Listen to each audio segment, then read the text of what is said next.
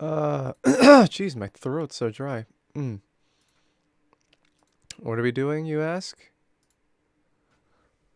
I don't know.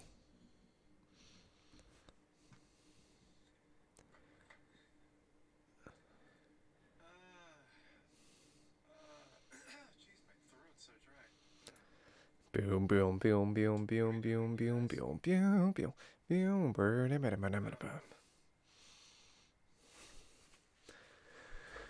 boom, yeah, I don't know. I don't know what we're doing. I'm just waiting for Jack because we're gonna stream right now.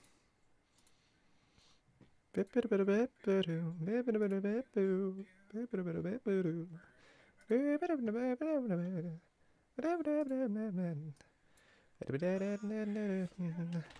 go to incognito mode so that nobody sees what the hell we're doing. Okay.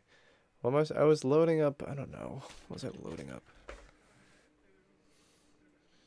Right. I have to log on, don't I? There we go.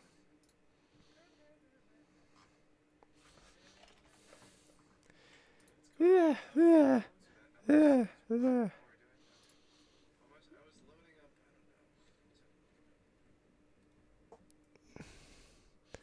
Yeah. Yeah. Yeah. Yeah. I don't know.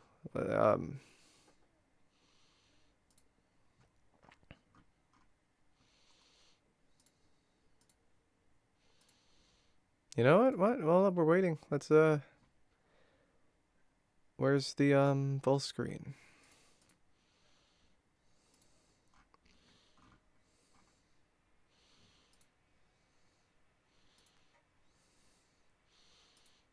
Okay, let's capture that. I should probably make another one. Like, rate your music full screen. Like that. And then take every single asset from here.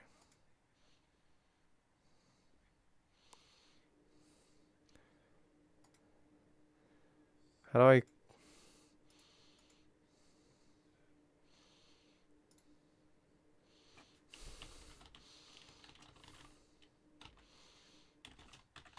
What if I do this? Okay, let's delete that. And then let's put this in the full screen. Where'd it go? Where'd it go? Where'd it go? Okay, so they're the exact same. But no, they're not. Wait. Because we're gonna move... I don't know. Let me see this. If I want to look at, like, I don't know, let's go to John Coltrane. And I want to see... Then nothing really protrudes on the left-hand side. So for this, maybe I'll just, like, take that and this. I'll put that in the corner. This up here. Like this. And then this will go...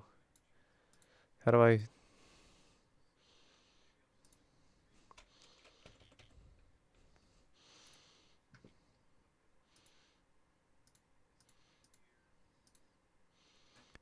That.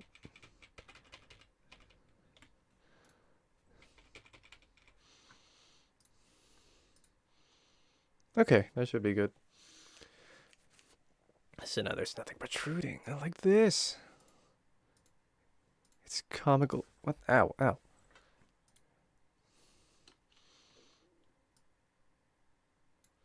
It's comical gold. And then I'll take this small one. Be like that. There we go. So now, bam, boom. Perfect. Should I fix that? I'll fix this too. Why not?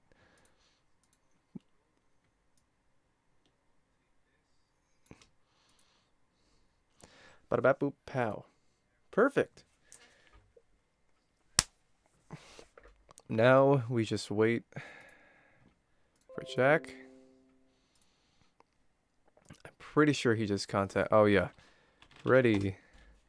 Freddy. S.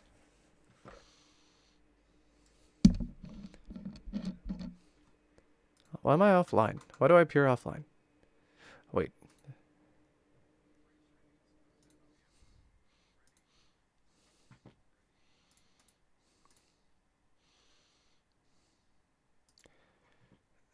Oh, I should probably call him. Hello. Okay, hello. Sweet. Alright. Let me turn on OBS.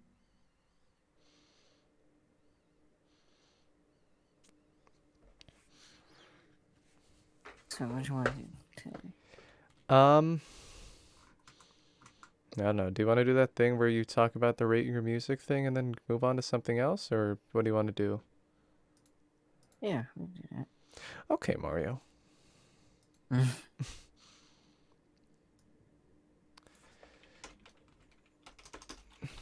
Camera's all fucky.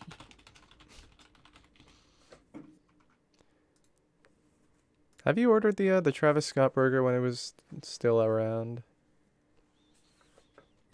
No, I wish I did. Me too. I don't know if it's a meme where like if you order the Travis Scott burger, the intro to Sicko mode will play or something. Wasn't there another thing like Cactus Jack sent me or something? Cactus Jack? Like wasn't that a thing that like people like would order a Travis Scott burger and then be like, oh yeah, Cactus Jack sent me or something? Let me look it up. I think so. Yeah. Or I don't know. There was another one with another Spanish musician that I got as the day of the election or the day the ballots had to be put in. Yeah. And there was a security guard there looking at me suspiciously, but he doesn't know I was ordering McDonald's.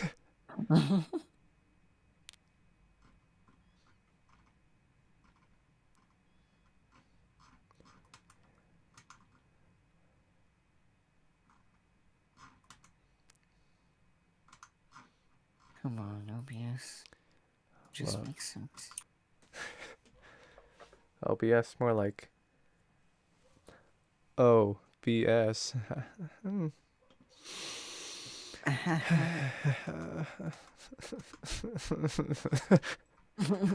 miss my family.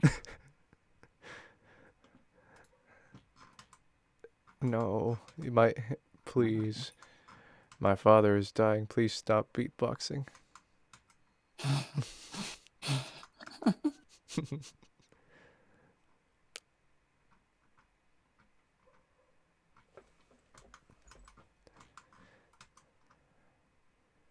We're just two. What? I keep changing my stream format. It gets kind of tricky. Are you not making multiple scenes with everything? That's a good idea. I have like the main scene and then a be right back scene. Oh, okay. Okay, why?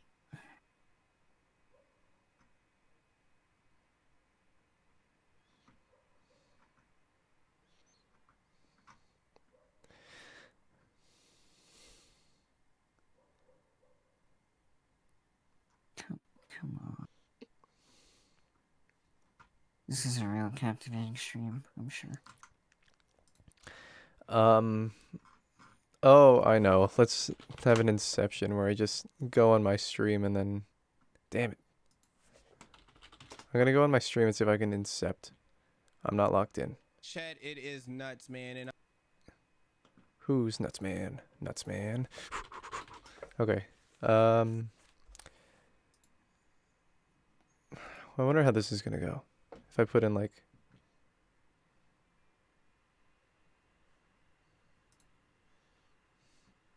What if I put like webcam? Yeah?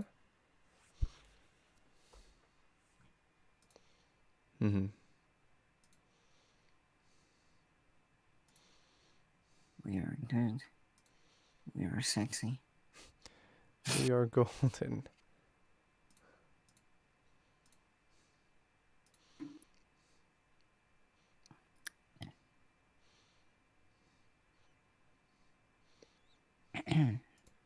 Hello, is this thing on? Hello?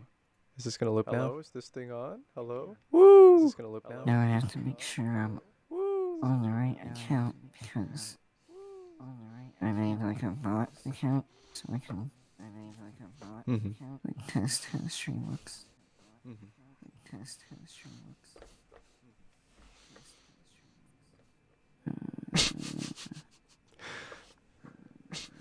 It's like a crack dream. Woo, look at this. Woohoo. It's like a crack dream. Woo, look at this. Woohoo. Hi, Midas. We're on the rate your music thing. Well, we're getting ready because I'm streaming with Jack. So now I'm just doing whatever. I don't know how to do the Inception thing. I don't know how to do the Inception thing. Like high five on my right side. High five on my right side. Oh, I can pass it on. Right side. Oh, I can pass it on. We are on. Oh, I can pass it on. Okay. Dashboard. Did I do it? Did I do it? Damn it. Okay. Did I do it? Damn it. Okay. My Oh wait. music. So left side. Oh wait. No. So left side. Just So left chin. side. It's so hard. It's so hard. Please. It's so hard. Please. Did I do it? I kind of did it. There it is. It's going now. Did I do it? I kind of did it. It's going in a forever loop. It's going now. Did I do it? Kind of did it. It's going in a forever loop. Do you want to share your screen on this one? Yeah, I can share my screen. Okay, let's get out of that. If you close the door, I'll never last forever. Is that my video camera? That's my video camera. Don't need to do that. Perfect. Alright. Here we go. Okay. I'll go back down to tens and go through the ones I missed. Okay. What did I miss? So I missed Love Supreme by John Coltrane. I have this copy. This is regarded as one of the greatest jazz albums of all time. And I guess it's for good reason because like... Oh, sorry? Oh no, I'm just... No. Nothing. Okay. This was during a time period where John Coltrane bridged the gap between like old standard modal jazz, bebop, and all the things like that into the segue into his more experimental stuff, which would then set a precedent for like more experimental type jazz. I Love Supreme. I wish I could play some, but like, well, yeah, this was John Coltrane. This was basically like John Coltrane's love letter thank you to God to help him like because like he was struggling with drugs and addiction and everything. And so what he wanted to do was just make something as a thank you. And like you could see he has poems riddled all about inside the Vinyl Slave and everything, and if you read through it and along with some of the notes that he's playing or what he's putting together, it sounds like a cohesive piece, like a gospel church singing in a way. Oh, wow. It's very, very powerful. What was it? So, I don't listen to much jazz, but like, is this a good place to start, would you say? Or It's one of the good places to start, and you just led me on to yeah, baby. Kind of Blue. So, is it kind of green also? And kind of... Anyway.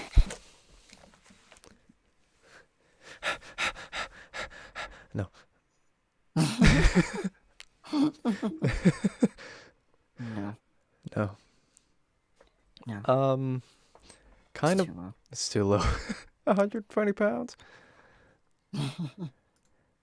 What could I say about Kind of Blue? This is the I see that emote Midas.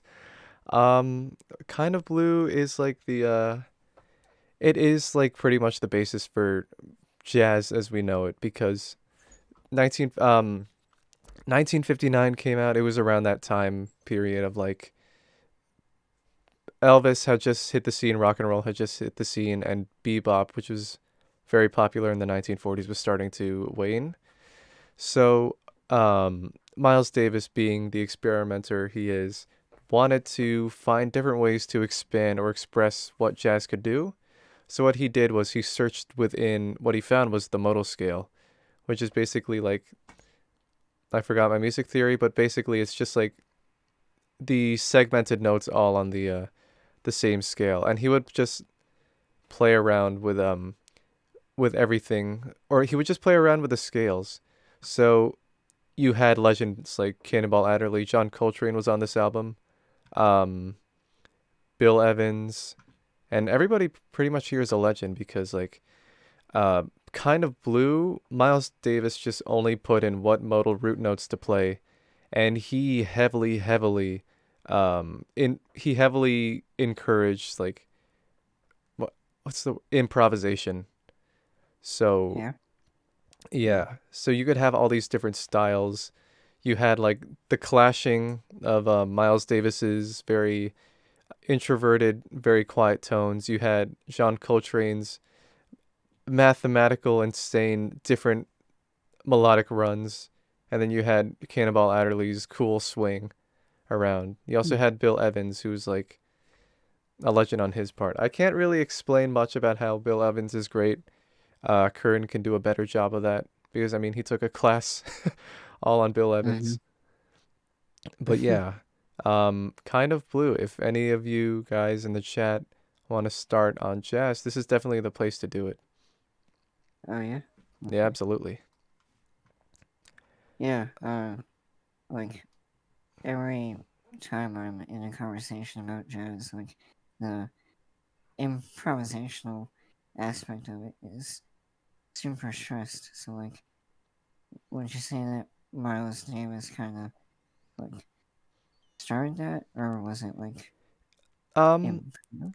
Miles Davis, well, he didn't really start that. I mean, yeah, I guess improvisation was around, but Mm-hmm. in this formula to have like absolute full freedom of musicians and have it work the way it does, to be like a benchmark into what jazz could become, it's pretty much insane. Just like how all of these talented jazz legends just like were able to make something very cohesive and Mm-hmm. sort of lay out what you could do with it. Yeah. Okay. Cool. Miles Davis is a Nice. legend. I'm sorry. No, no, just saying cool. Sweet. Like, um. sweet. Okay. This is Miles Davis again. Mm-hmm. Um. Now this is where. So, I feel like Miles Davis. Um. Much in the same boat of Stevie is like it's insane how much he collected and how much he wanted to do to expand his sound because like he started in like the 40s with like the bebop era and this Mm. is the guy who was at the forefront of like the changes of jazz and the expansion of jazz. Miles Wow. Davis helped to start in like jazz fusion, which is like a blend of jazz and rock. He actually at one point, I think it was um at one point he wanted to collaborate with Jimi Hendrix, and that would Oh have been wow. amazing. But you know, sadly, Was it like did he try to before Jimi Hendrix died, or was it? yeah, he absolutely did. No. Um, and what else? Miles Davis was also he was also a fan of Prince, which is awesome. Wow. um, And what a guy. yeah. What was I gonna say? Guitarists like Hendrix were like so good, and like Hendrix couldn't even read music. Yeah, Like he was all self-taught and everything. It's just Oh yeah. Amazing. And just like I would have loved to see like albums come out of like forward thinkers like Davis or Hendrix, where they just push the limits of what an instrument or what music could do, and then just see Yeah. what kind of thing they could have created. But sad Yeah. circumstances. Yeah. For real.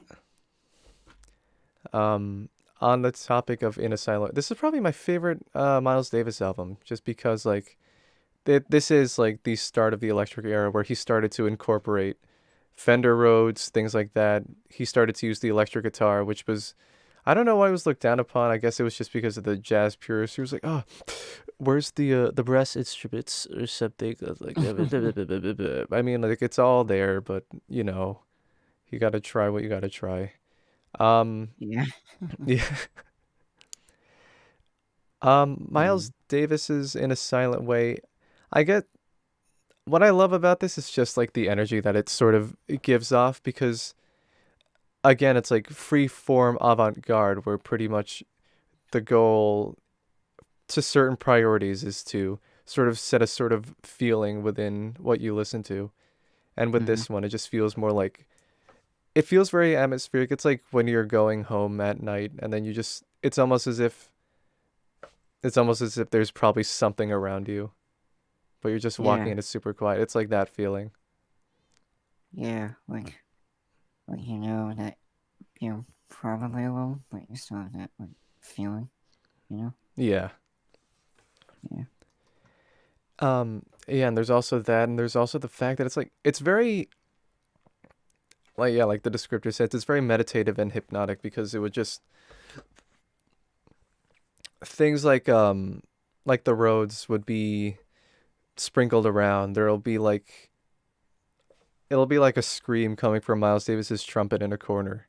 And all in all, there's Mhm. just this like this heavy, heavy slushy backbeat that makes it feel like a dream, like you know the feeling where like you try to run or fight in a dream and it just feels very Yeah. like oh no, Oh. Oh. Oh fuck. oh fuck, I Oh can't fuck. believe I can this. Oh fuck. My hands are actually like honey or something. I don't know. Oh, my hands feel like honey. The free Google Chrome browser extension that I should have downloaded to save $50 when Sponsored by honey. Man, when I got these brass knuckles, I couldn't swing for shit. But with honey, there's a weight off my conscience because knowing that I saved $40 when I got it off It's like your dreams are sponsored by honey. Oh no, I'm drowning in shit. If only I stopped it with MeUndies. The most comfortable pair of underwear that you'll ever buy. MeUndies comes in many customizable um Like you're so deep into like whatever like YouTube or like streaming career. Like even your subconscious is sponsored by something. yeah. Uh Um man. honey underwear? Hell yeah, Midas. Oh, we could save money with honey by on MeUndies. Oh, it's an Inception. I gotta go to the bathroom. I'll be right back. Sorry. Alright, cool. Well, it's just me. How y'all doing? Hope you're doing well.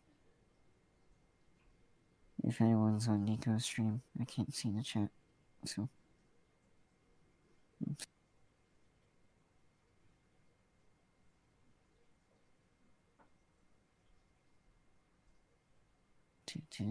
Do.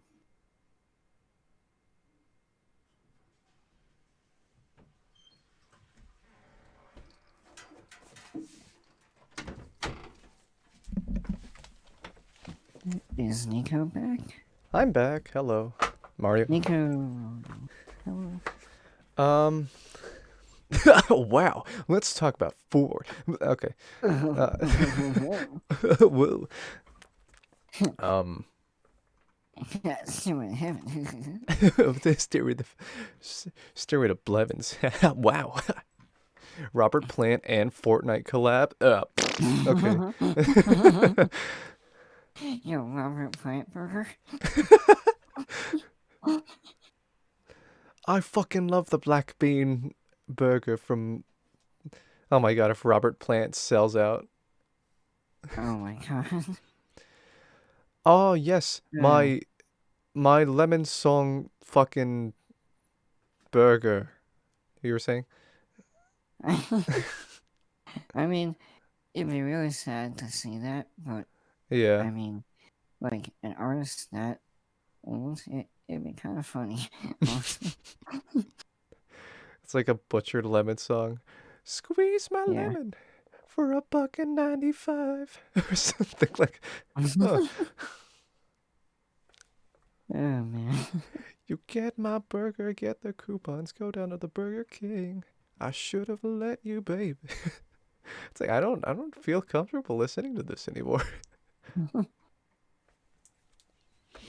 Sponsored by honey. Like, Yeah. oh, I don't want to. What's a Zepp song that fits honey? Oh, bye, Midas. Have a good day. Hi, Minus. Um,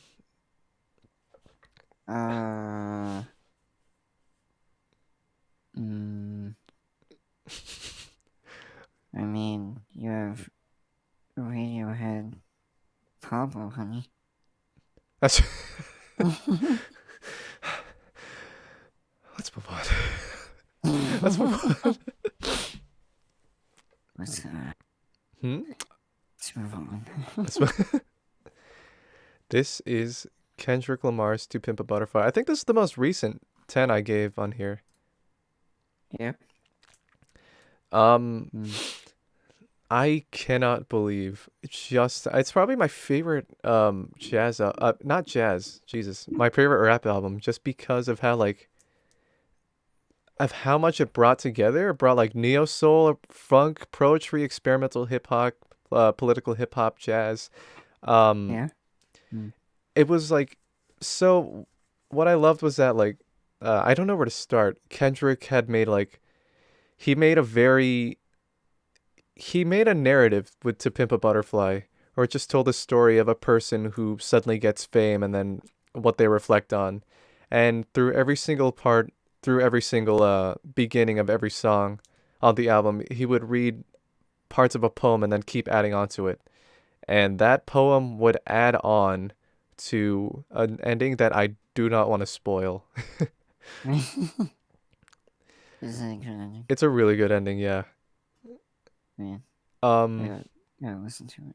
it's super good. I couldn't believe it because like this is one of those albums because usually when I listen to a new album, sometimes I'll be like, sometimes I do have to sit through it occasionally, but then there is Yeah. the ones that just like immediately right from the get go grab you and then just pull you in until the very end. This is one of those albums. Oh yeah. I feel that. Wish you were here. Oh yeah, wish you were here, definitely. Yeah. Um, yeah, I don't know what else to say other than whoever's listening, please listen to it. And Kendrick, I'm too intimidated to collab with you. Let's collab, please. That'd be so sick though. Oh yeah, What do you think of rap in previous decades versus like more modern stuff? I don't want to be that. I haven't really listened to a lot of modern hip hop because I mean usually the mainstream is like uh the occasional trap here and there where sometimes they'll just be rapping about nothing Yeah. because like it feels very weird because like, you know, Public Enemy and NWA were like the spitting they were hip hop before was just a reflection of what they grew up with and how they made it out and what it was like growing up here or there. And like Pac or Biggie, they reflected on like existential crises, depression, things like that. And then just seeing it segue to here, but knowing that there's people like Kendrick Lamar or something, it, it's very like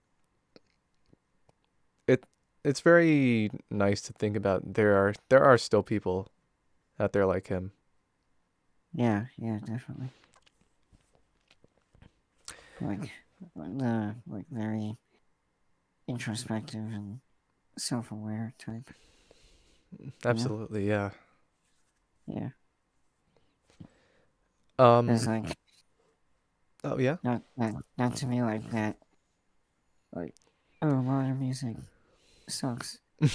like like a lot more stuff in the mainstream is like kind of lacks as much depth. I'd say. Mm-hmm. Like, not that there isn't any, but like when there is depth, like sometimes not everyone notices it. Like when I talk about music to a lot of people, like oftentimes I'll hear like, oh, I kind of just listen to it for the sound, not really the lyrics. Yeah. I But I mean, to each their own, but like, yeah, yeah, they're missing a huge portion of if that was what the artist prioritized in mind. yeah. Well, it's not a bad thing, really. I mean, art is meant to be interpreted in different ways. Yeah, Yeah. absolutely. Yep. Mm-hmm. Is So. is that Obama? Yeah. I'm not, I just wasn't sure if that was Obama. Obama? Obama, Kendrick. Um, but yeah, Obama Kendrick collab? collab. What was I gonna say? But yeah, back on your point. Um, yeah, I agree with that. That it just should be interpreted in its own way. Yeah. But there's also like the underlying aspect of like look at every part first, and even if you don't like it, at least you know that there's still some parts there. Yeah. Yeah. And like in like today's music, there's like a lot more kind of like just making it for cash, I guess. Yeah. But I don't know. I'm not I'm not a musician. No, I see your point in that with some Yeah. artists. Sean Lennon. Surely. Um, this is the first album that he made after the Beatles broke up. Mm-hmm. And Jesus Christ, this is probably like one of the rawest albums I've ever heard from anybody. Cause like now that since the Beatles broke up, John Lennon didn't have anybody to support him except for Yoko. But like it's not a Yeah. bad thing. I don't know why people like bashing on Yoko when she was like the influence for things like Imagine, as she helped him through so many things. Yeah. So But oh, it's not the OG Beatles. What? anyway, um, but It's not the real Beatles.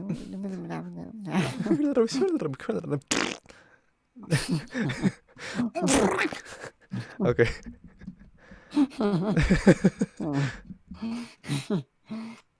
Anyway, back to intelligent conversation. Anyway, back to intelligent conversation.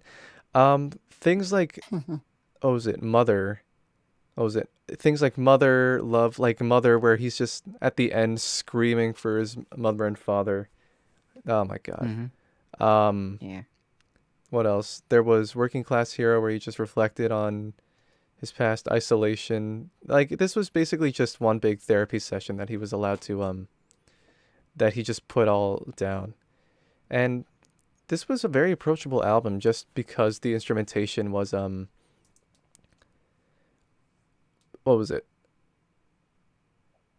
one of the things about this was that it was very approachable in terms of its instrumentation, because it was very mellow and down low, and Mm-hmm. the instruments that complemented it. Like Ringo, I don't know why people are like Ringo's blah blah blah, because like he knows exactly what the hell he's doing, especially on like this album. He drives the whole thing. Like his tone and just like what he chooses to do is exactly what needed to be complemented or what needed to be brought out of the album. Mm-hmm. Yeah. Yeah. Definitely. Because like if one thing will be like maybe something will be lacking, then Ringo's drum part will come in and then it'll immediately hook like an I Found Out, where like Yeah. it just starts off with this very grungy type thing, and it's very slow in the beginning, and then immediately after that it's just Ringo going off. Yeah. I wish Ringo was more appreciated. Yeah, because like Like, oh yeah. oh, sorry. No, I was just gonna say because like even if he isn't the most technical, he's the most in a song, and also he's like a Mm-hmm. human metronome. Because I Yeah. there was this thing where I did where I like the solo on the end in Abbey Road. I put it right next to a metronome, and every single downbeat was on time. Yeah. And like his singing in what's the fucking song? Well, Help for My Friends. Oh yeah, Like he was really good, and like I wish he could sing more in other songs because he was good. yeah. You know? Like I feel like um he had he had some of the best sounding vocals aside from Paul. Yeah. Like he sounded like kind of, I guess, unconfident. You could say Yeah, when he was singing, but like I mean that's just because he didn't have the chance yeah. that often. I Um, think. yeah, Yeah. that too. Yeah. Yep. However, Ringo, while we do like your musicianship, we're not gonna ignore a few things. Wait, what? Your baby. He sold it for charity, which is good, but like, um, he made he these? made these all in MS Paint. And to the gallery. Oh, No, your your baby. Woo! Hey, it's Badfinger. oh man. Headman. Um, I think it was like he said like on computer you have to call them something. So I have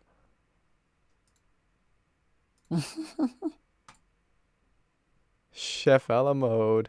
Hell yeah! All right. Anyway. Like those are kind of good. Like, I mean, would I buy them? No, but But would you yeah, buy? no, Would you buy one? probably like your baby. Yeah, yeah. Well, I had no idea those existed. Oh, It was super fun. Um, yeah. yeah, Yeah. yeah, yeah, Sean Lenny Plastic. What else is there to say? He was a very rebellious. Yeah, he was a very rebellious dude. Very anti-religious in the sense of like the people that shove it down their throats and things like that. And whatever yeah, happened during that time where people were so like I don't know what's the right word to use, but like very in a they thought in a certain way that made them not be open to certain ideas. yeah. Like stuck in their ways. Yeah. Yeah, man. like, I don't follow religion, but, like, I don't care if you're, like, not an asshole about it, you know? Mm-hmm. Yeah, Just be nice. Be a absolutely. nice person. Yeah, absolutely. And, like, I really. Oh, no. eh. You were saying? Like, I think it's a real shame that, like, religion and politics are so intertwined nowadays, Yeah, and it's like used a lot for manipulation and all that. And then in doing so, the original teachings of the religion are kind of lost. So, yeah. anyway, music. Anyway, Anyway, the White Album. Ah, wait, yeah. it's a slightly off-tone white. It's my piss. It's not white, it's eggshell. The Eggshell album. Yeah. What do you think of this one? I thought it was very, very strong. I really liked it, even though it wasn't very cohesive. It was very diverse with like how it goes from back in the USSR to Dear Prudence to Obladi to While My Guitar Gently Weeps, and then like later on, Your Blues, which I really love. Everybody Monkey and Helter Skelter.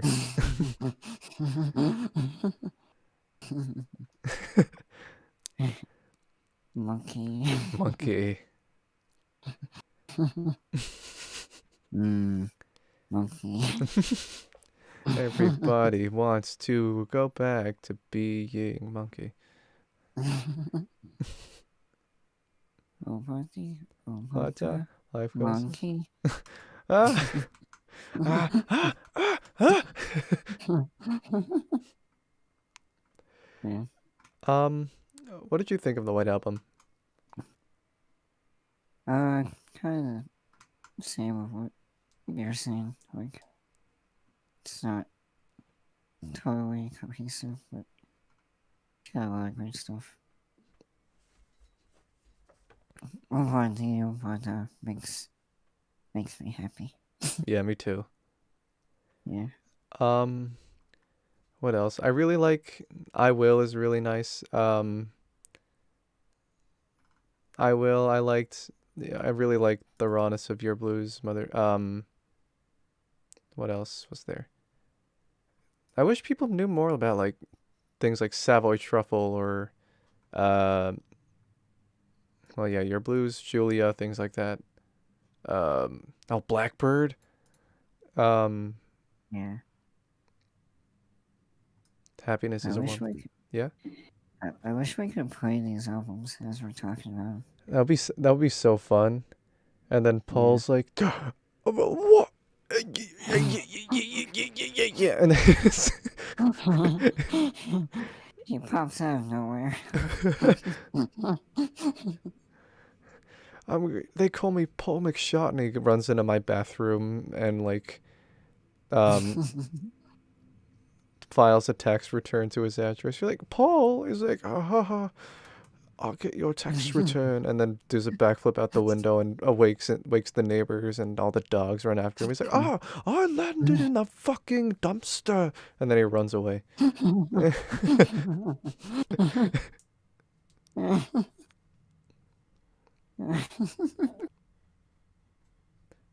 And then when you're sitting at the couch, Ringo like jumps through the window like Crash in that one commercial.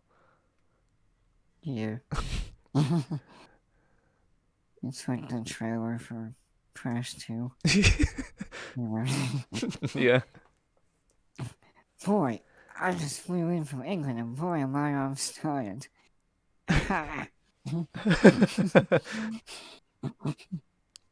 Steals my ice maker.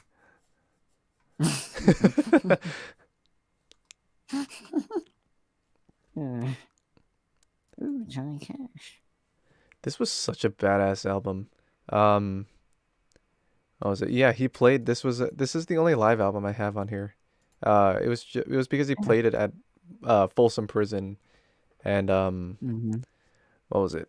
Yeah, Johnny Cash at a what was it? He had a really good lineup. He started off with like the classic "Hello, I'm Johnny Cash," and then he goes into Folsom Prison.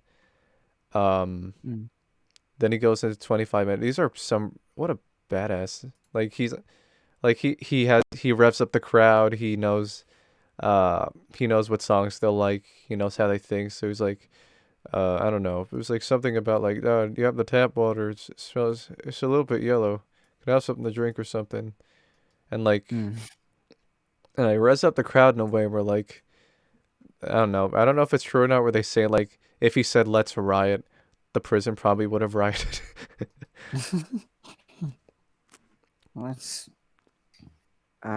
let's put ketchup on our hot dog. I put Man. let's put let's put the bowl. Let's put the cereal, the milk, and then the bowl. God. Man.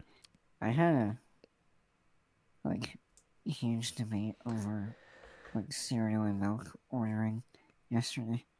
Really? Like, like the, to me, the only acceptable like reasoning for doing like milk and cereal is when you're like running low on milk, you know, because you can't do it milk cereal because then you're almost definitely gonna end up with too much milk That's true. Yeah. or not enough cereal. You see, So like I think I you have a hack though. If you run out of what? if you put too much milk, you can cancel it out by putting in orange juice.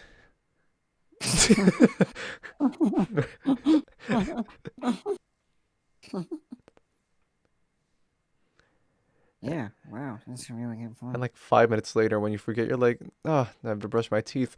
Oh god, Ah, God damn it. that's disgusting. I remember I was a little kid, I like just brushed my teeth and then I tried a sip of orange juice and that was just terrible. It was, yeah, it was And awful. I didn't do it since. Yeah, No. true story. Anyway, Fleetwood Fleetwood Mac, Mac. Fleetwood Mac, the 1975 album. Wow. Okay. Woohoo, woohoo. I don't know what else to say. This was where Stevie Nicks and Lindsey Buckingham first joined the band, and Yeah. this is where Fleetwood Mac's sound changed from like a blues rock to more of a pop soft rock thing. And Hmm.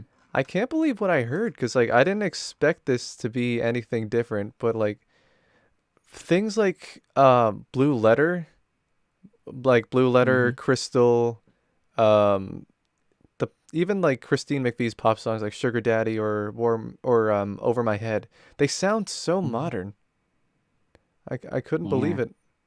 Like it's the same with Rumors. Like they say it hasn't influenced pop, but I think like it's just because it was so underlying that it has the longevity to have possibly influenced whatever came after it. Yeah. Definitely. I remember hearing rumors for the first time and thinking like, oh wait, is this like 2015 or something? But then Yeah. like oh no. Yeah, I had the same Yeah. thought. Oh, sorry. No, you Oh, I was just gonna say, hello. I had the same thought because like I go. didn't Yeah. know about Rumors until I looked at the lineup and I was like, wait, Dreams, Go Your Own Way, and The Chain was on here. I was like, wait, man, what the hell? What the hell else is on here? And I was like, oh, okay, cool. Go your Own own way. way, go your own way. That's probably my favorite song off Mm. of Rumors. Mm. Strong hitter. I think probably the chain is my favorite offer rumors. Yeah. It's really. It's so hard to pick. Now I think about it, I'm like, wait, but there's You Make You Love and Fun. There's also Dreams on here, and then there's also Never Go. It's so hard. I don't know. Yeah, like rumors or chain or giving even but I don't know, man. It's so hard. Yeah, that Travis Scott feature on Secondhand Booze.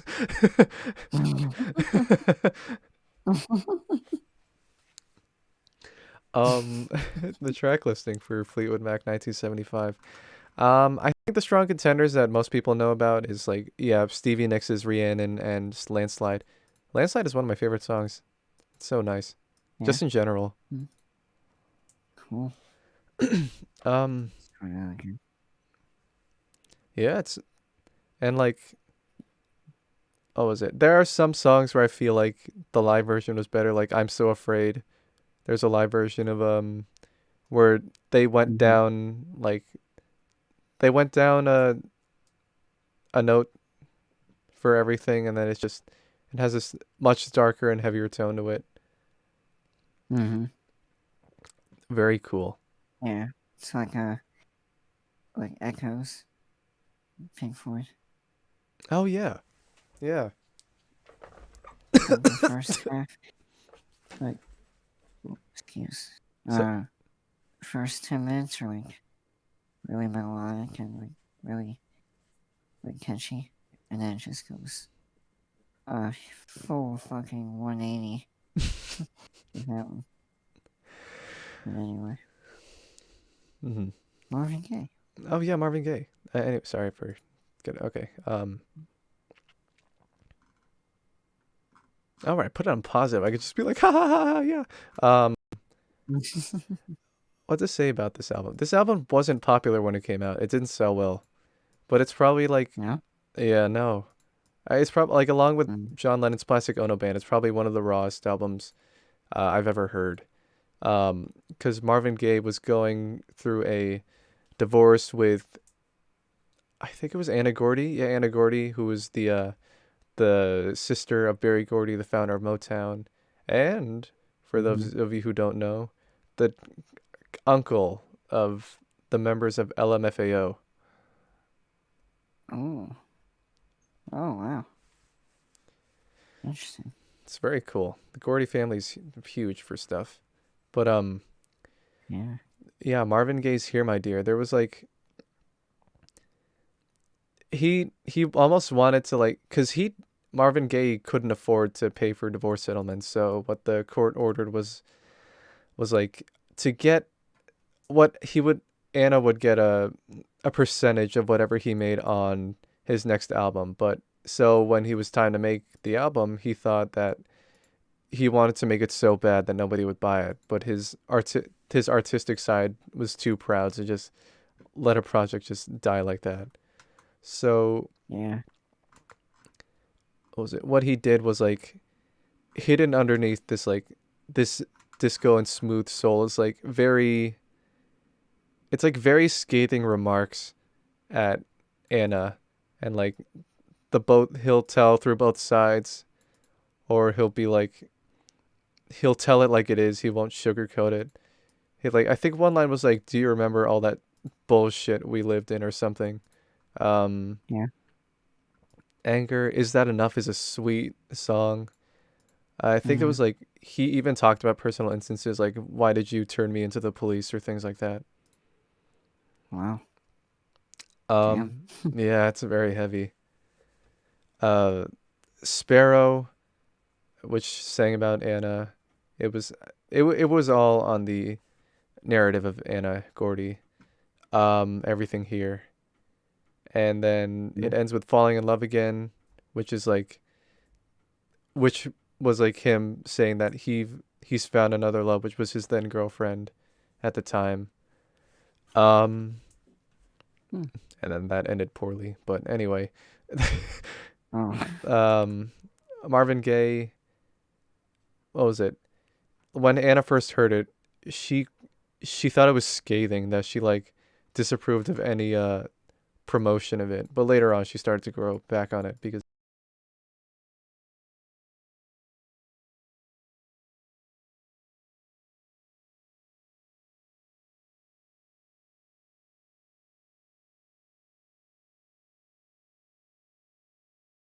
Hello? Nico? You there? See, I lost you.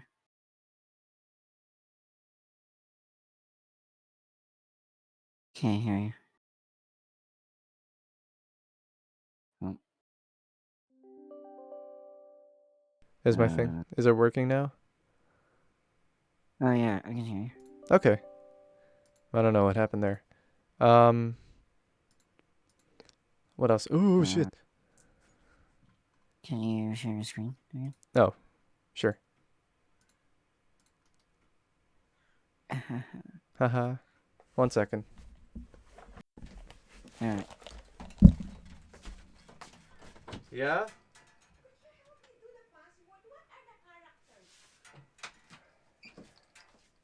Waiting for Nico.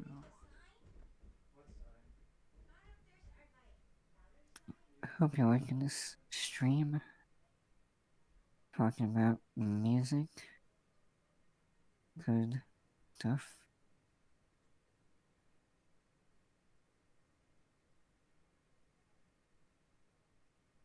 Yep.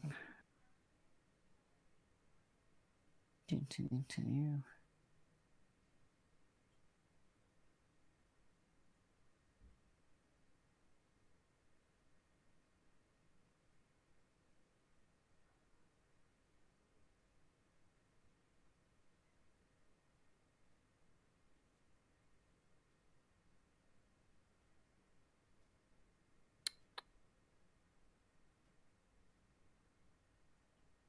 Just a moment.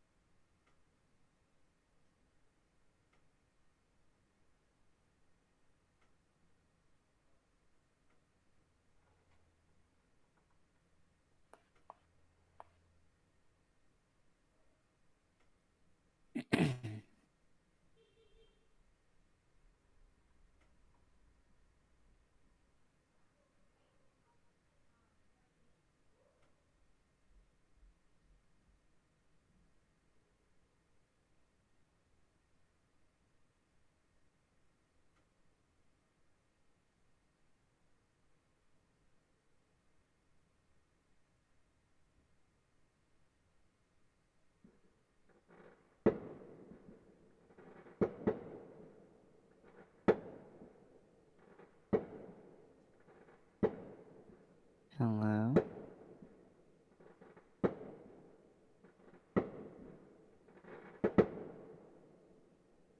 Hmm? I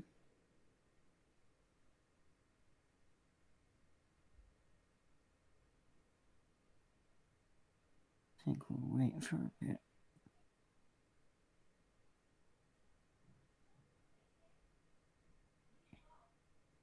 Different scene.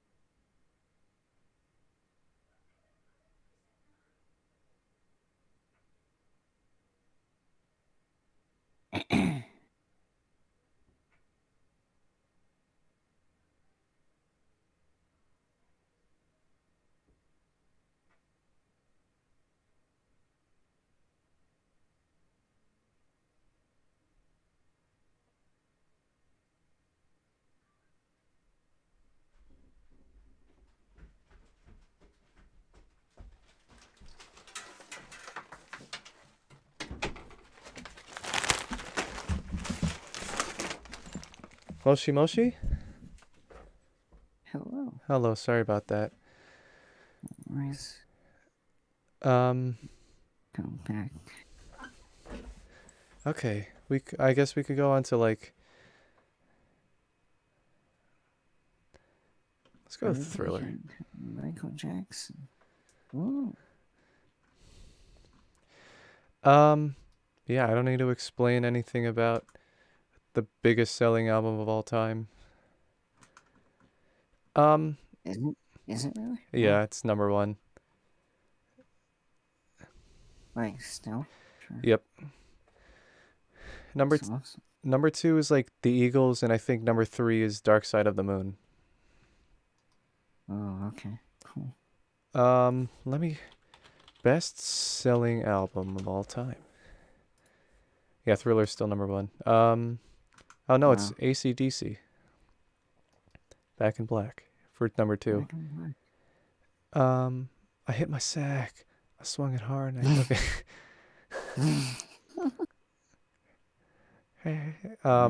Yeah, Thriller, Back in Black, Meatloaf, Dark Side of the Moon. Whitney Houston, Eagles, Bee Gees, Saturday Night Fever, Rumors, Shania Twain. Yeah. 4? Really? Number 8? I didn't know that. Huh. Yeah. It's really interesting to see like those top selling lists. Yeah. Yeah. Anyway. I think this is definitely one of those albums where like what makes the album strong in the first place isn't the cohesiveness, but just how strong each contender is on their own. Like, Want to Be Starting Something, Thriller, Beat It, Billie Jean, Human Nature, PYT. Christ. Yeah, and then again, there's like some of the weak spots, like Lady in My Life and This Girl Is Mine. But like, I think what puts it up here is definitely like the 6 out of the 9 or something, 7 out of the 9 or so. Favorite song on it? Mine? Yeah. Probably Human Nature. Yeah, it's a good one. I like Thriller a lot.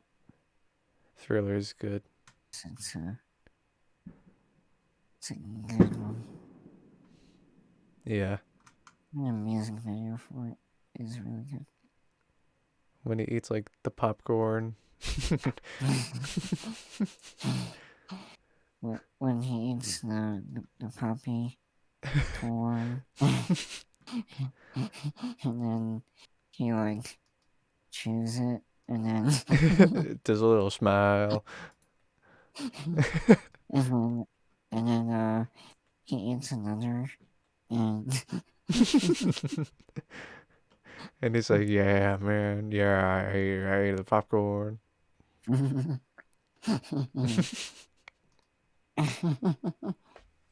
yeah.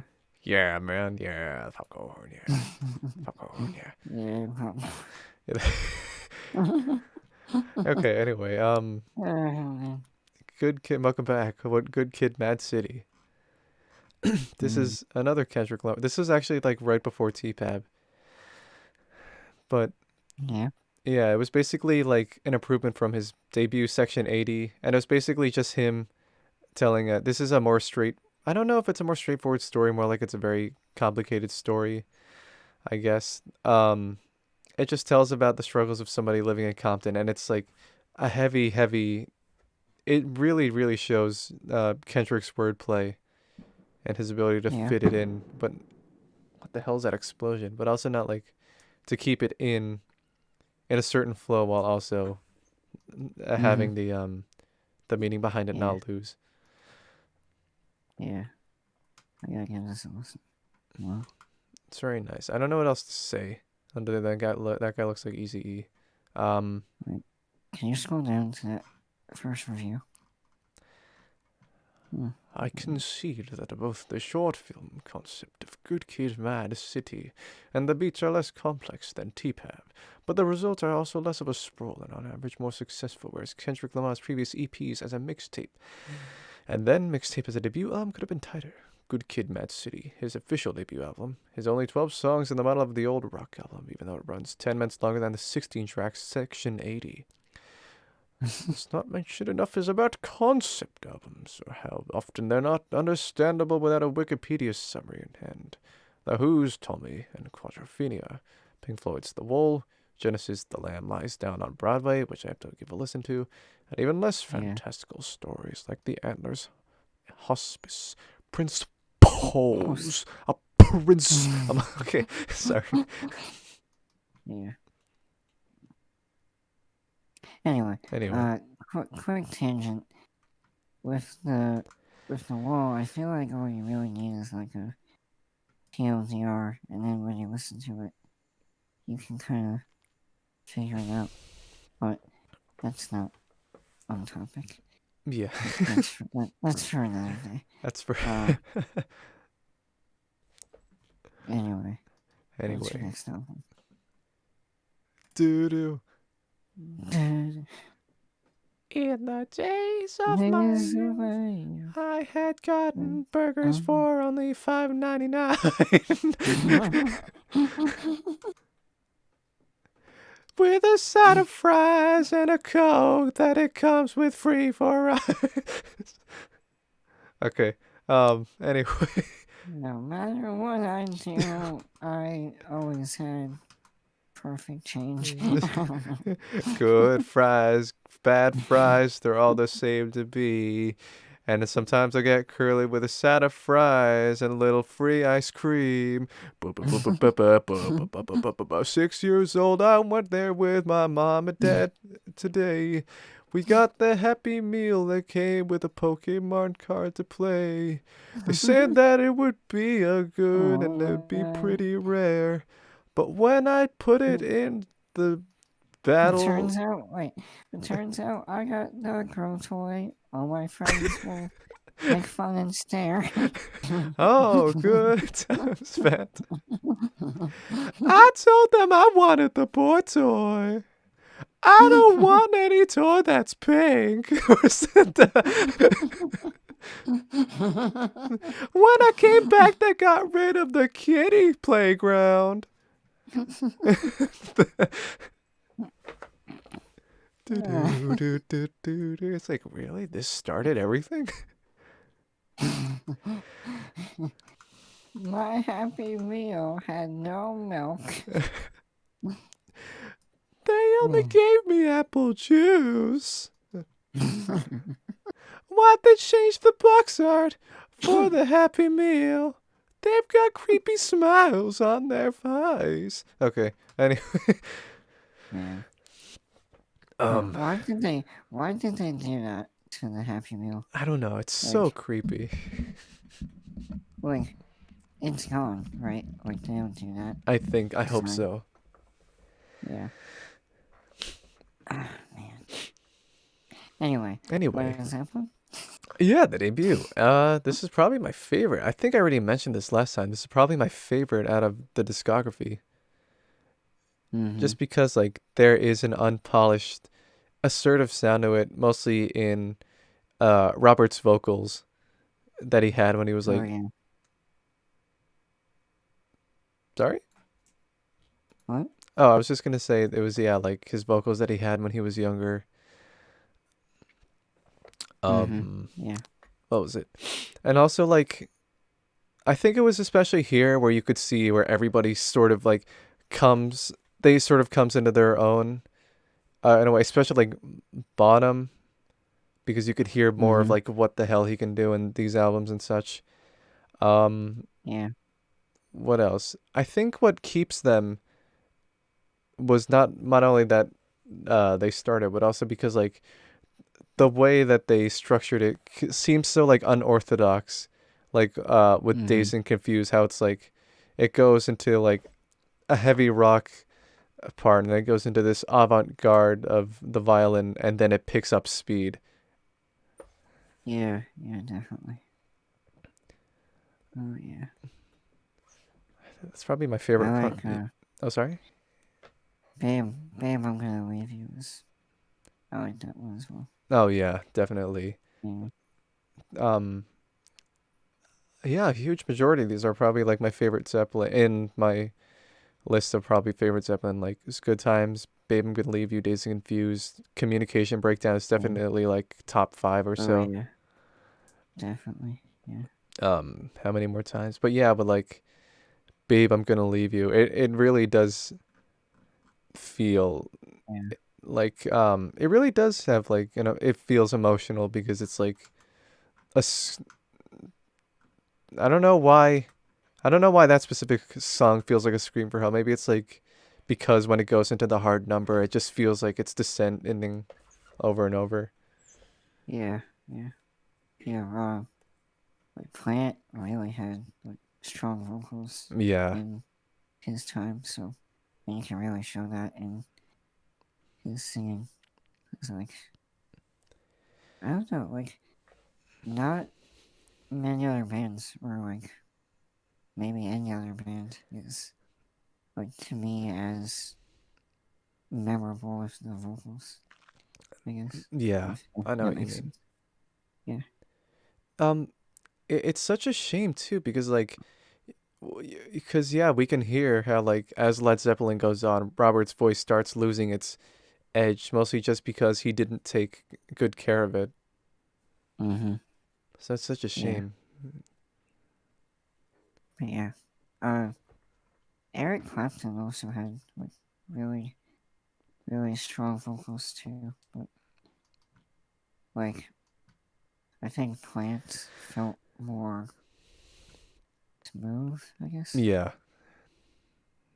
Yeah. They had a more like they had a goal it wanted to do, I guess, in a way.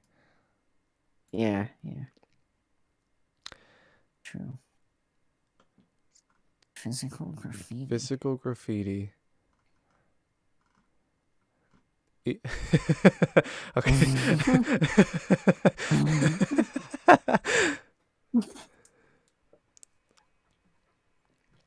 um um, I like Down by the Seaside. I like the Wanton song, Black Country Woman. Uh, Custard Pie.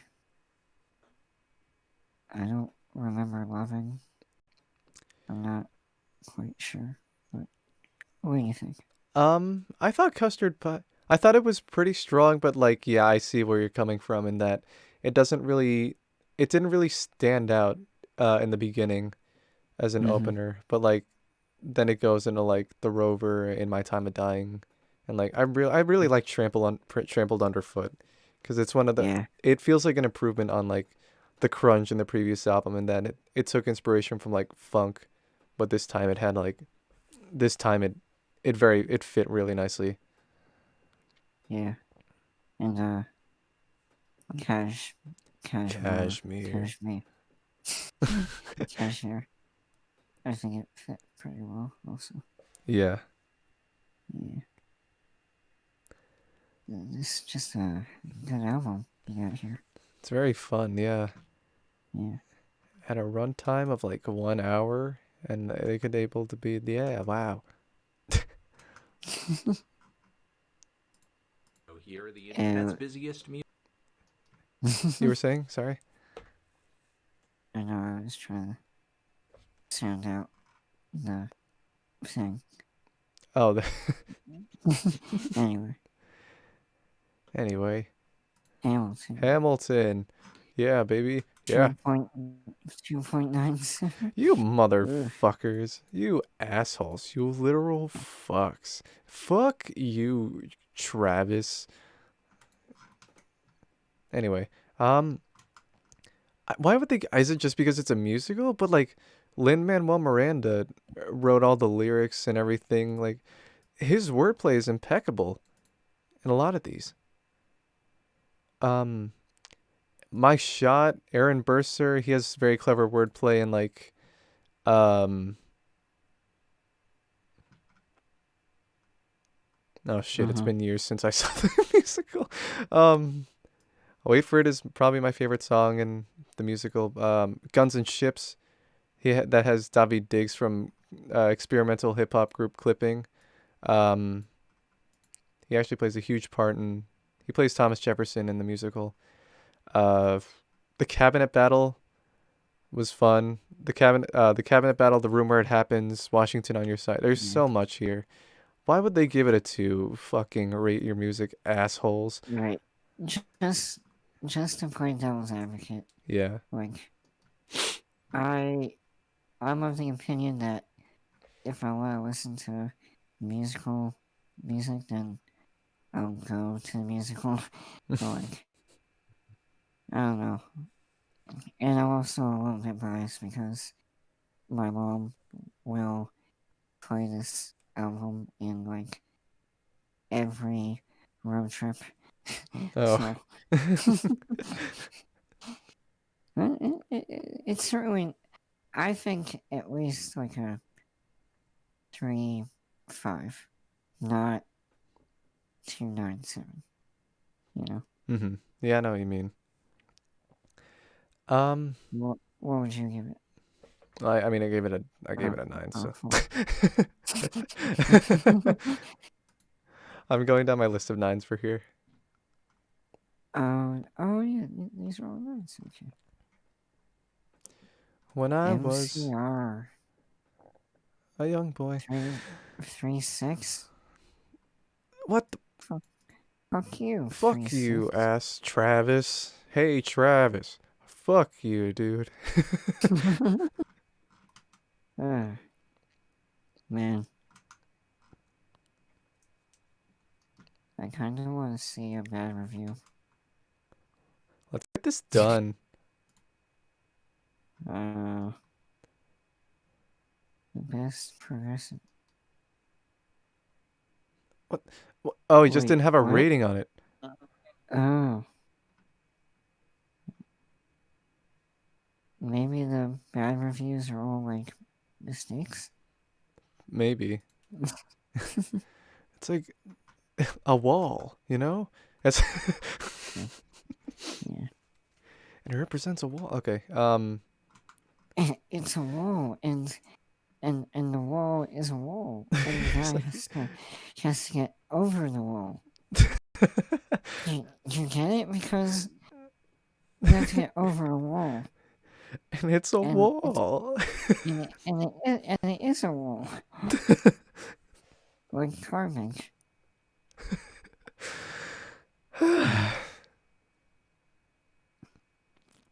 If no one got that joke, uh, we had a friend who had a carving in Pokemon, and like, did he like give it a high defense stat No, or? he just leveled it up and that was it. Yeah. Anyway, what do Anyway, you think of this album? I thought it was a really good. It's also another one of those where it just kept grabbing me. I looked at the lyrics and I looked at where it was going, and it's like I as much as I did like this album, it's one of those albums where it left me feeling like shit. In that, like, I don't Yeah. know if even though there probably wasn't a happy ending, it just left me feeling like shit. That like they're going through so much and they probably didn't make it out. Yeah. Yeah. And it's too short. Yeah. I wish. I wish it was just like 10 minutes longer. Yeah. I listened to it a lot. Last summer, I think. It was good. Yeah, I've just been going on like Yeah. a spree. I'm probably going to like I'm I'm gonna think more about this. I think it was just because I felt like shit that I gave it a 9, but I'll see. Maybe I'll move it to a 10. I'll see. Why'd you feel like shit for giving it Oh a no, 9? I didn't feel like it was just that the ending made me feel like shit just because the thing where like we don't know what happened. They probably didn't make it out, that thing. Yeah. Yeah, good point. Ready to die. Biggie, the notorious. Let's not make that Baby. joke.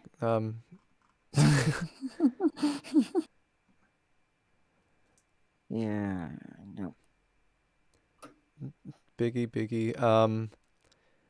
He's he's definitely like one of my favorite rappers, just because of his like his Yeah, low tone and uh his ability to freestyle and things like that.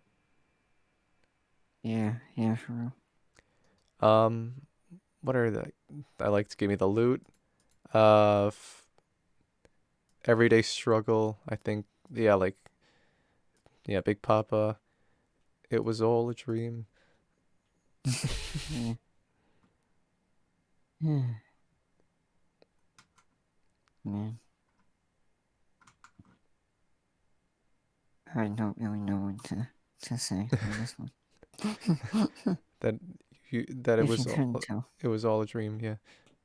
it was all a hallucination. It was all. I don't want to shield Biggie.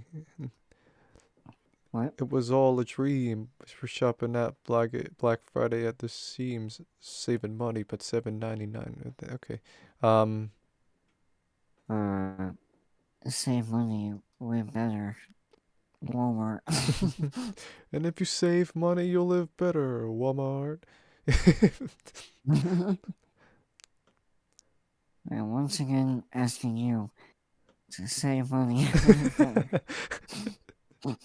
at Walmart. That Bernie edit. The American people are tired of women.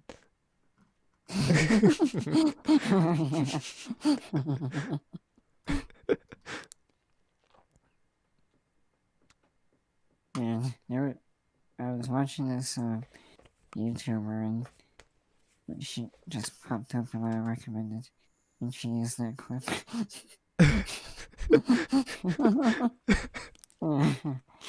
Anyway, ooh, Rush. Rush. Um, I've only gotten past like signals. I'm gonna look into Yeah. them more, but like, God, these guys are monsters.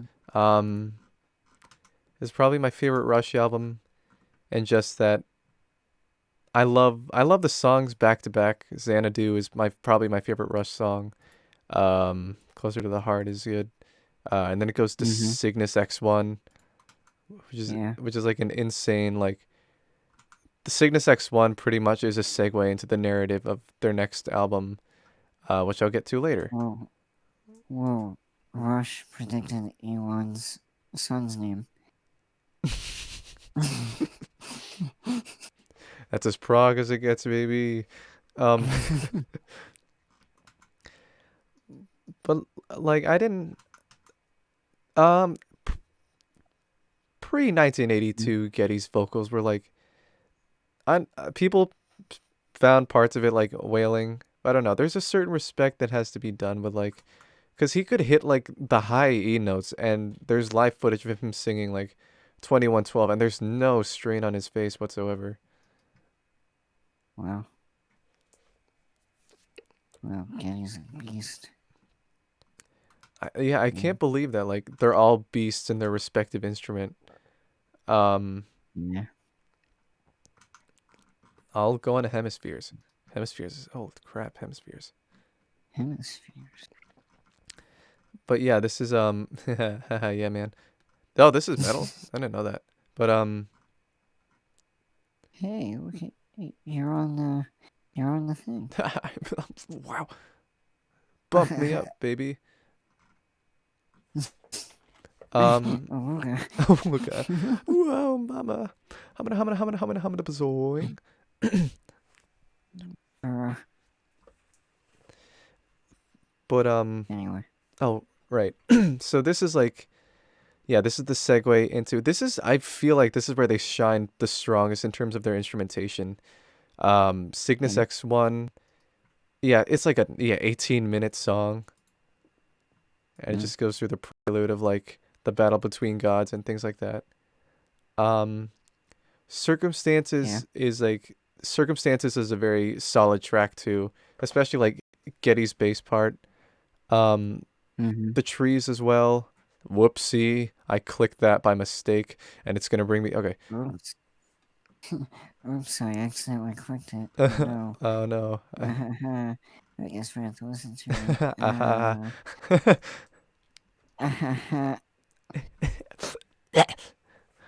Like the crank game plays noise.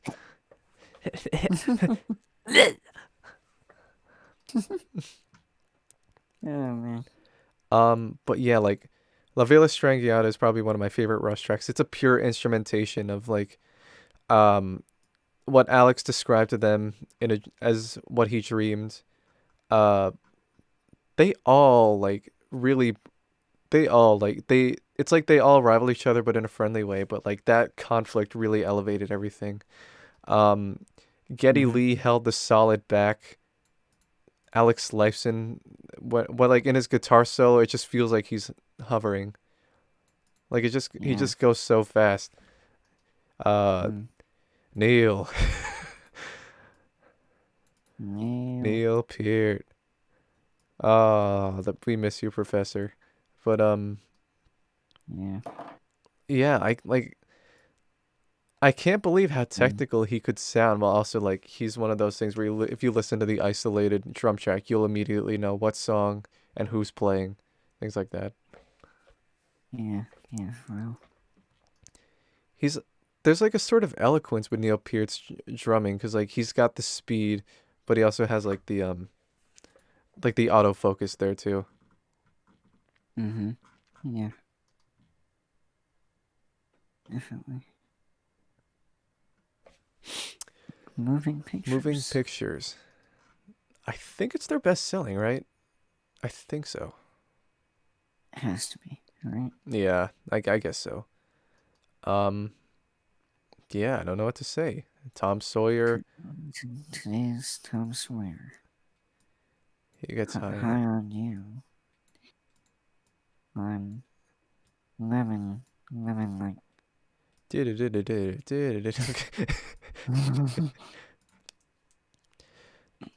Um, Skibbity bop. sorry? No, just skibbity bop. Nope. Oh, you skipped. Yeah, YYZ.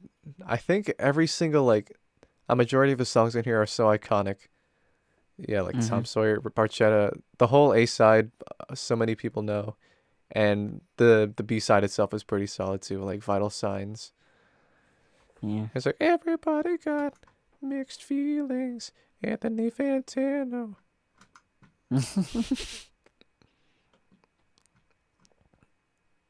It's a Anthony Fantano stream. We're shilling Anthony Fantano. Um, Anthony Fantano. Anthony Fanthony. Rate my music.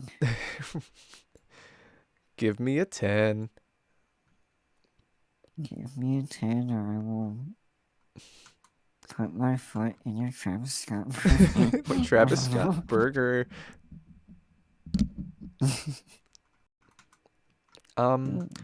Sinatra. Frank Sinatra's in the wee small hours.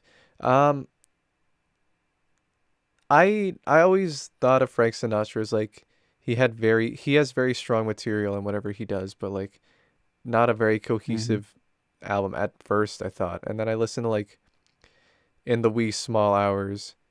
Uh and then I realized that like looking when I researched this, I realized that Frank Sinatra ever since he started always wanted to make like serious music. And so they say that like this album was actually the precursor for like concept albums and putting albums on like the 12-inch record that we all know.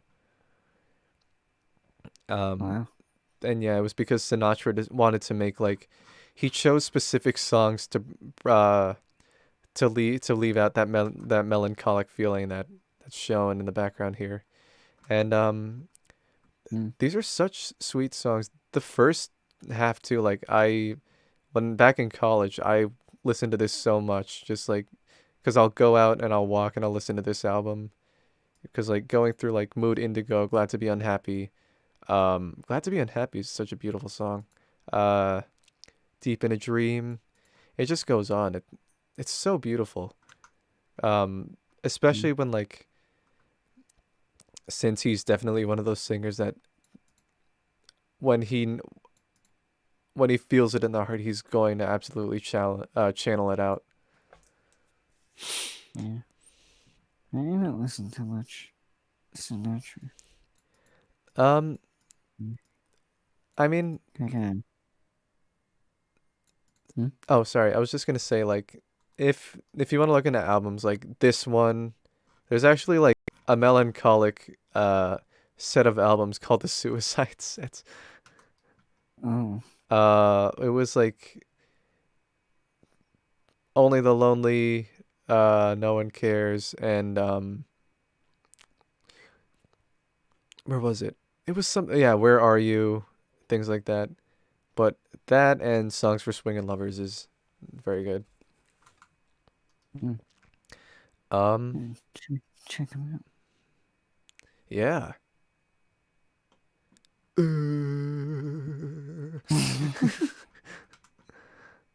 Oh wow, it's number one? Hell yeah, Igor. Oh wow. Um, So when it's like ranked number one, is that in terms of like ranked on here or like ranked oh yeah, for ranked. sales or Yeah, ranked on this website exclusively, and how high it's ranked. okay. It came out on my birthday. Hmm. Whoa, mama. Um, Whoa, Nico, you have a birthday? birth in parentheses. Whoa.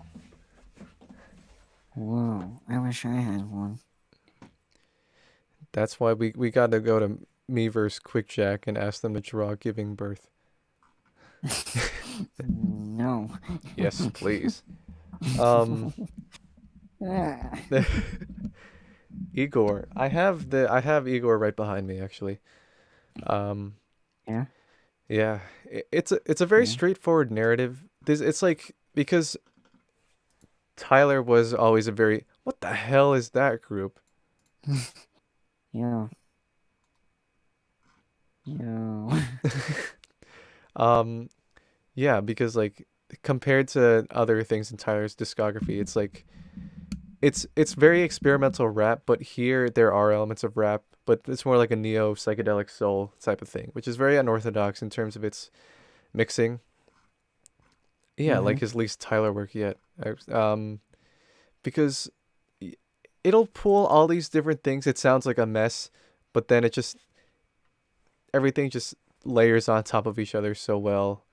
It's a very Mm-hmm. straightforward narrative of like of Igor. He falls in love with a man, but that man is seeing another woman, and he feels like that woman is tearing them apart. So it's just like it's going through this theme of like he falls in love, and then like he meets them for the first time, uh, and he gets a crush, and then he falls in love, and then he feels Mm-hmm. like whatever their run froms he ends up chasing. He feels like he can't get it and running out of time. And then New Magic Mm-hmm. Wand is like he's starting to go insane and like Oh. um it's like the choose between him or me or I'm going to threaten sort of thing. And then A Boy Is a Gun is Damn. like him trying to go back and forth with like I don't want you but I do want you. Stay away from me but I need you. It's like A Boy Is a Gun means that like you're going to trigger something whether it's good or bad. Um Puppet is Whoa. like Trigger. Where you going? yeah. Whoa. It's like a gun, bro. Um And guns have triggers. bro. Whoa. Whoa. Whoa.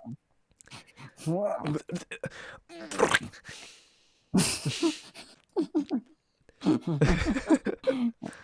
Anyway.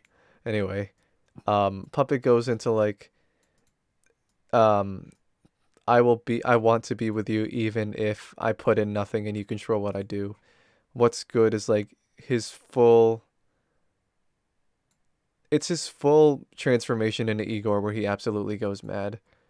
Gone Mm. Gone is like a reflection and um, thank you for, it's in a twisted way, thank you for the memories. I don't love you anymore Mm. is like Igor absolutely wants this to stop, and are we still friends is like, but maybe I can cling on to something, and then that loops over. Oh, like like the wall. Yeah, Wall. like the wall. It's like an Igor, but like the wall, like Yeah, like like Igor, but it's not Igor. It's the wall, it's but yeah, like it's not. But it's not the wall actually. It's Igor. Whoa. ooh, Whoa. Wah. ooh, Wah. Wah.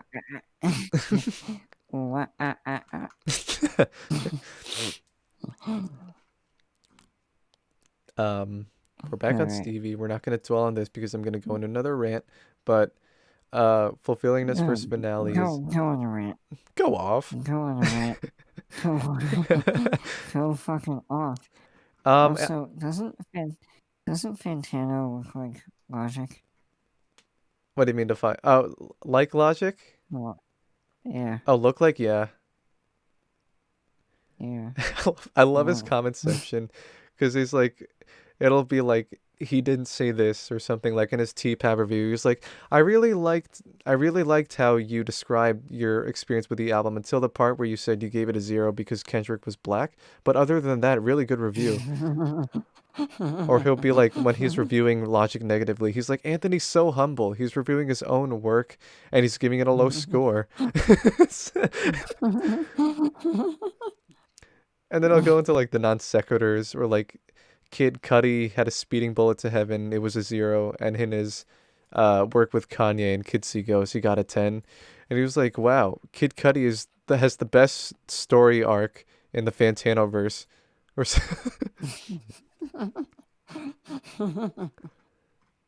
uh, or there was one, I anyway. think it was in like a Bjork review, where he was like, it wasn't anything related. He was like, "Anthony, can you please fuck my wife?"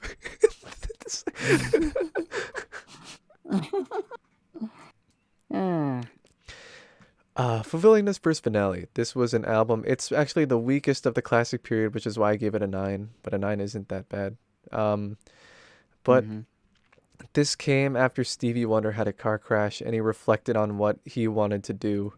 So this is basically like him saying goodbye to whatever he did before with like inner visions and things like that before he moved on to his magnum opus songs in the key of life.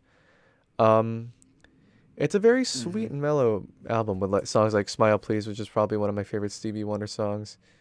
Actually, a huge majority of these are. Heaven is 10 zillion light years away. You Haven't Done yeah, Nothing. They Won't Go and I Go is like, it's a very sweet tune. This was played at Michael Jackson's funeral. Um, mm, Bird of Beauty is like, I don't know. It's all very like, it's all a very, things are going to be better even when you're at your lowest type of uh-huh, album. yeah, that's awesome. Stevie. Uh, Yeah. I have not, I have not listened to this either. Um, um, Man, I gotta go through your whole profile in here and just cross them off a list. hmm Um, Yeah, if you're starting with Stevie Wonder, definitely start with Talking Book. yeah, Yeah, mm, it's so yeah, good. cool. I believe when okay, anyway. Oh yeah, I put the Xenoblade soundtrack in here. Cool. God, I love Cool. this soundtrack. It's one of those soundtracks where like I still have not nostalgia aside, well probably nostalgia will like put a little bit into it, but it's like it's made by the Mm-hmm. legendary Yoko Shimomura who she worked on like Street Fighter music and things like that.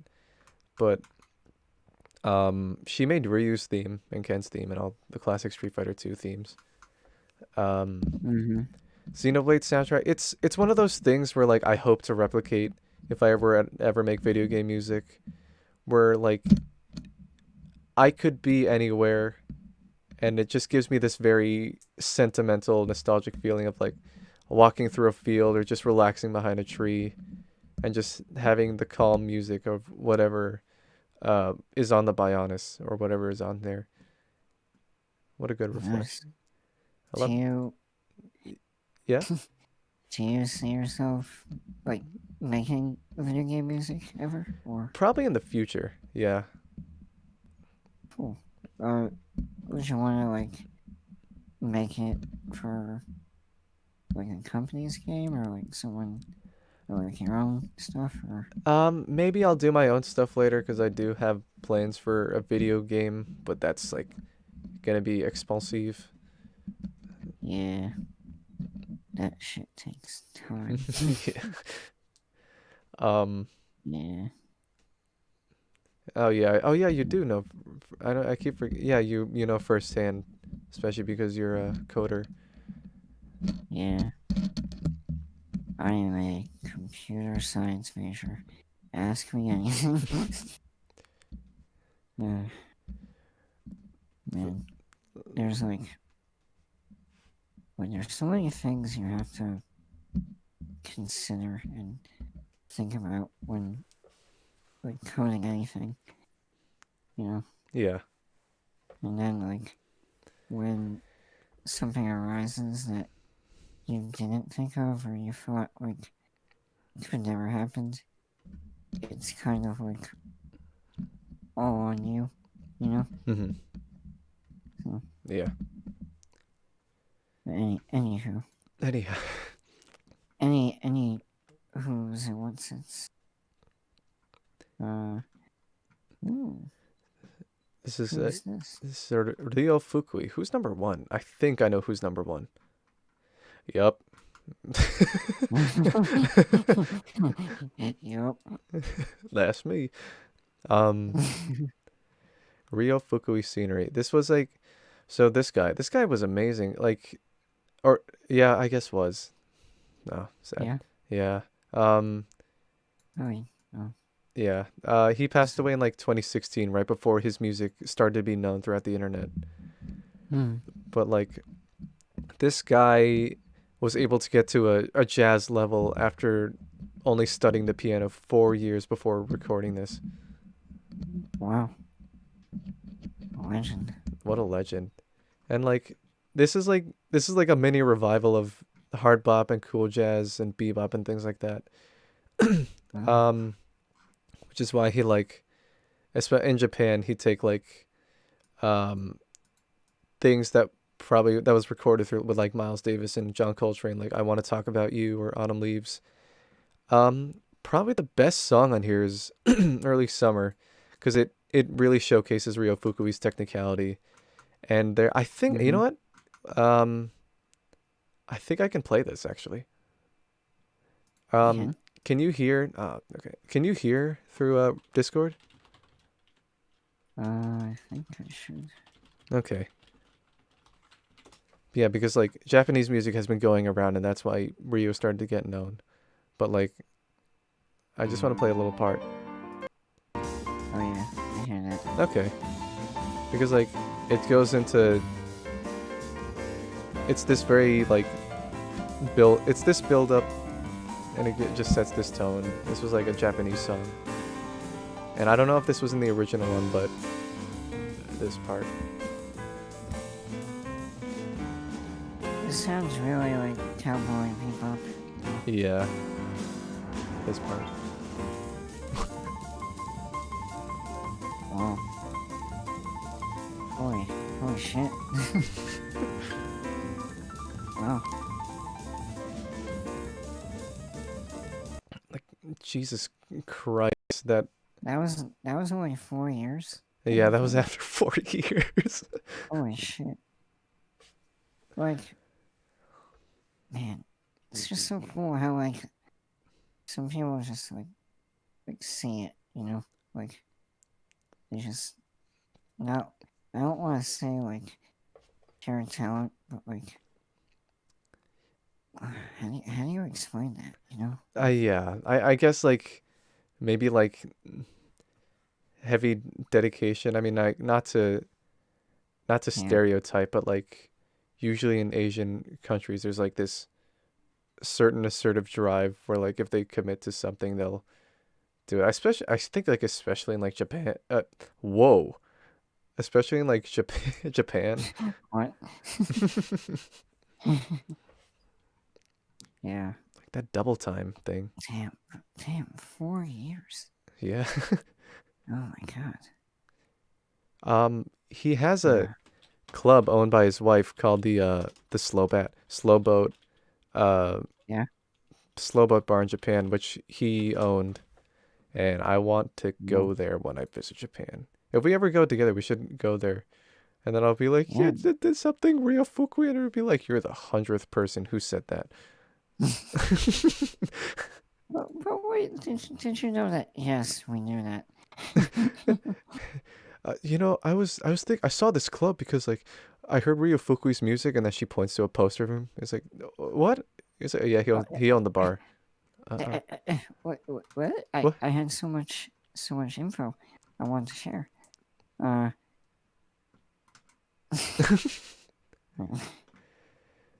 uh, Oh, hey, babe. yeah, I would go to Japan just for that. That'd be fun. Oh yeah, we could drink and probably learn Japanese and be careful about things. Um,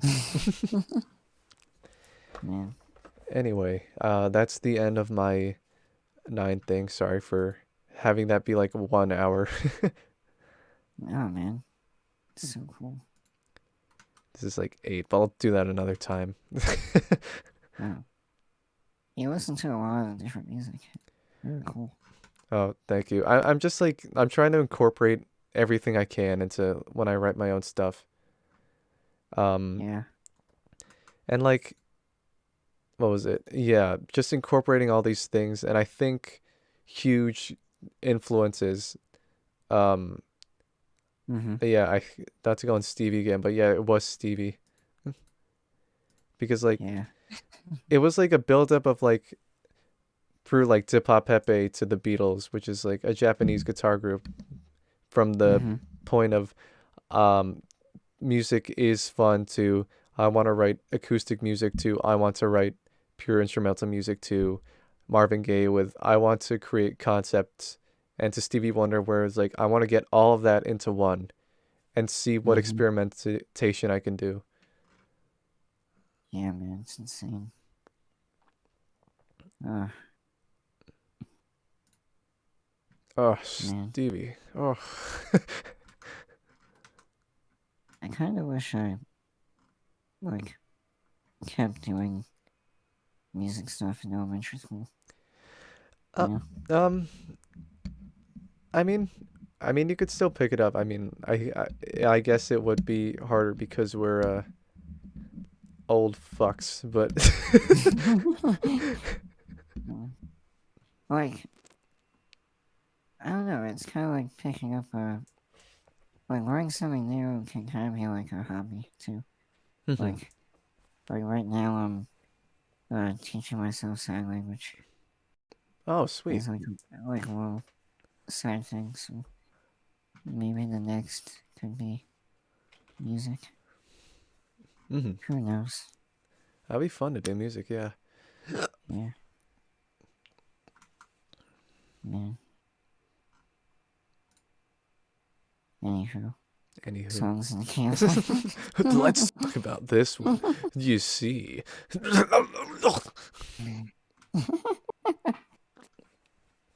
Oh, there's some Yeah. excuse me. There's some stories where like because Stevie was blind, he didn't know what time it was.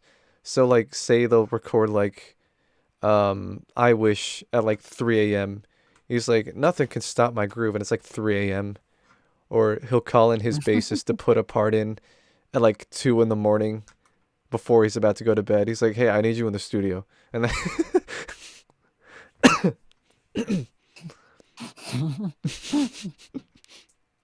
It's like the Cam Crumbs joke. You remember? which one? Like, hey then, it's Aaron. I need you inside my asshole right now.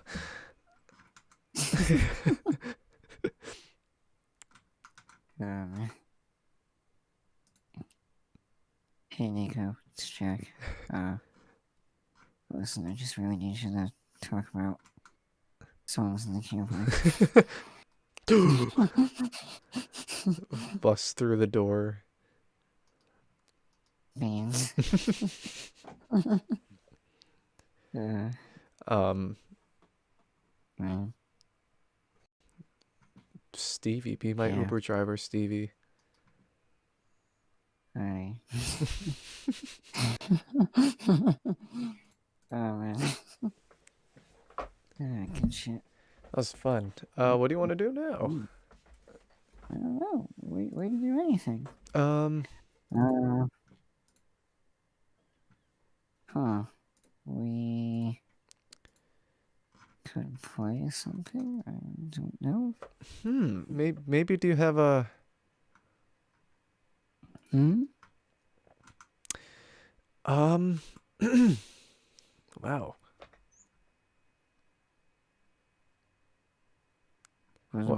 What games do you have? What do I have? Let's see.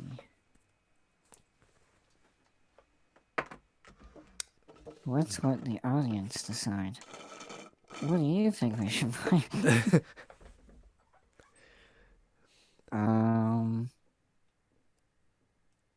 Let's see. I got... More importantly, what multiplayer stuff do I have? Do I have Terraria? You have Terraria? I think I do. Sweet. Yeah, let's do T-Raw. It's like the vanilla version. Okay, yeah.